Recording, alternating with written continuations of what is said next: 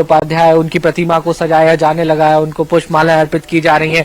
दूसरी तरफ एक जो मंच है वो अब यहाँ पर धीरे धीरे तैयार होने लगा है, कुर्सियां यहाँ पे लग गई हैं। संभवतः जो बीजेपी परिणामों को चाहती है वो आए।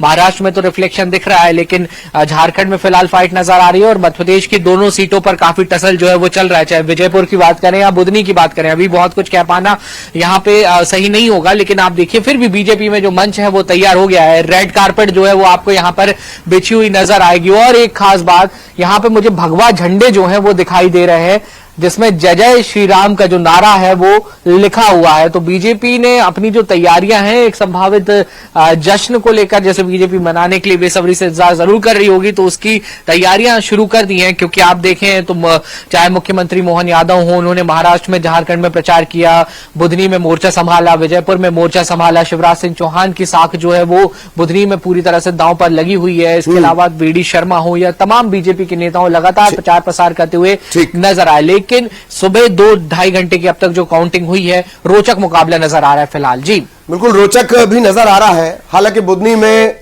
चूंकि आपने कहा करेले के रस का हमने जिक्र किया, एक परिणाम आना, दूसरा उस परिणाम से सीखना, इसकी बेहतरीन मिसाल बीजेपी है।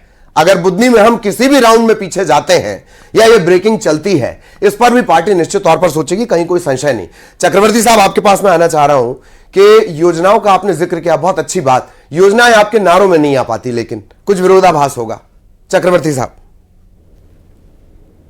नहीं, योजनाएं नारे में भी चल रही है, फलीभूत होती है। हाँ। पहले क्या होता था, कांग्रेस के राजीव गांधी जी ने कहा था हम 1 रुपए भेजते हैं 15 पैसा आता है।